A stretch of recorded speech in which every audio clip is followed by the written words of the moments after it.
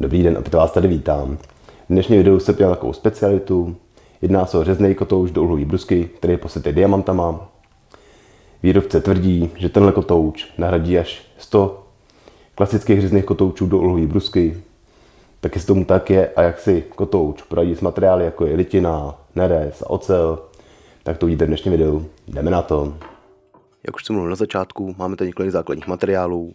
Litina, hliník, slitina hliníku, hliníková pánev, ocel a nerez, to je ukázka, magnet a že se jedná opravdu o nerez. Začneme ukázkou. Máme klasický kotouč, který vlastně běžně používám vpravo a vlevo ještě modrej kotouč, o kterém je vlastně samotný video. Jako první se řízneme šroub do dřeva. To nebude žádný problém ani pro jeden kotouč. S tím, že ještě v rámci ukázky vždycky to řezání bude trošku zrychlený, aby jsme u toho nestrávili mládí v úzovkách. Teď máme vlastně kotouč, o kterém se bavíme, a pak bude běžný kotouč. Jedna taky z předností samotného kotouče je to, že dělá vlastně laicky řečeno méně jisker a nepráší tolik, takže to vidíte ten rozdíl. Při řezání prostě lítá méně odpadů a menšího čurbesu. Teď řežeme jekl, zase vždycky přehodíme, řízneme si, jak jsem říkal, jsou takový ty běžné materiály, nandáme diamantový kotouč, zase řízneme si jekl a pak se vrhneme na ty zvláštnější materiály, jako je řezání hliníků, litiny a samotné nerezy. Ke konci videa bude ukázka vlastně výkonu a výdrže samotných kotoučů na lešnářské trubce, na poctivé lešnářské trubce, ještě lešnářská trubka z doby, než jsem se narodil. To bude krásně vidět, jak velký rozdíl mezi těmi kotoučima je. Říznuli jsme si hliníkovou pánev klasickým kotoučem a teď jdeme na zase diamantový kotouč. Ještě jsem si všiml taky drobného rozdílu vlastně v tom řezání. Ten kotouč u některých materiálů vydává menší hluk a zase opačně, takže zase záleží strašně na tom, co se bude řezat. A to jsou takové drobnosti. Teď budeme řezat nerez. On je tenoučka, silnější jsem nesehnal. A zase pro ukázku, aby aspoň trošku bylo vidět, jak ty materiály nebo to samotné příslušenství k uhlový brusce pracuje. Vždycky vycvakneme a přehodíme. Teď jdeme na litinu. Tohle je poctivá litinová pánev o celkem velký tloušťce. Opět to, že se jedná o litinu, vám ukážu pak v samotném řezu a v samotném zlomu, protože jak je známo, možná třeba někdo z vás neví, tak samotná litina je hodně křehká a hodně snadno se zláme, což za chvilku uvidíte. Takže mě zase klasický kotouč, teď řežeme diamantovým kotoučem. Prostě jsem chtěl ukázat různé možnosti těch materiálů, jak se samotným kotouči při tom řezání daří. Teďka jenom ukázka, že se na litinu vidíte, jak se dno praskne. Tady zase to nějaká směs litiny. U těch materiálů je strašné množství, ať už je hliníková pánev, která na indukci, tak bude mít určitě jiný obsah materiálů, než jako je zase samotná litina. Tady vidíte řezání běžným kotoučem lešnářské trubky. To je asi vždycky největší pakárna, že čím menší kotouče, čím více zmenšuje, tím díl vždycky trvá to dořezávání. A svým způsobem to kolikrát je nebezpečný, protože vlastně hledáte ten ideální obvod a ideální polohu, abyste dořízli daný materiál. Je 105 šanci, že samozřejmě je to v podstatě méně skří. Teď děláme test výdrže. To jsme nějakých 7 řezů.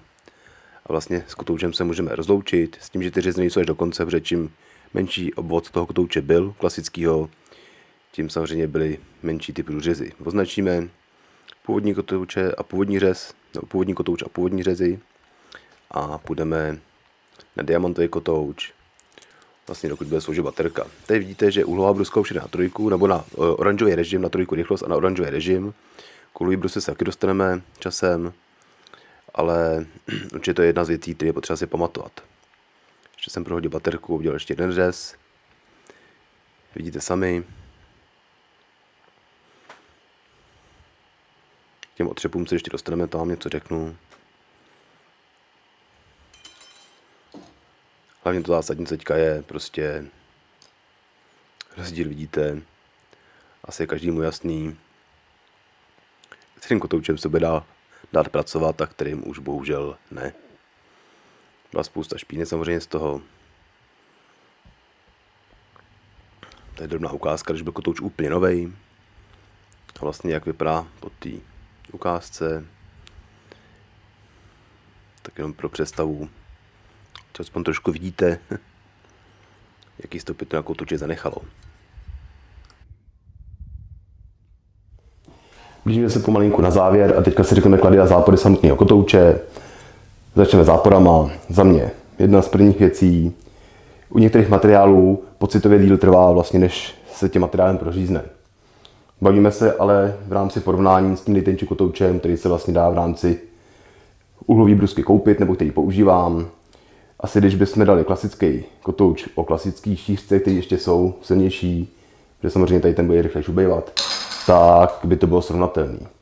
Takže díl trošku trvá, než se některýma materiálem proříznete.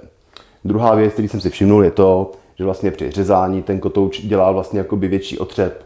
V uvozovkách větší otřep. Ono to jakoby na těch řezech je prostě vidět, že tam toho materiálu při řezání zůstává víc.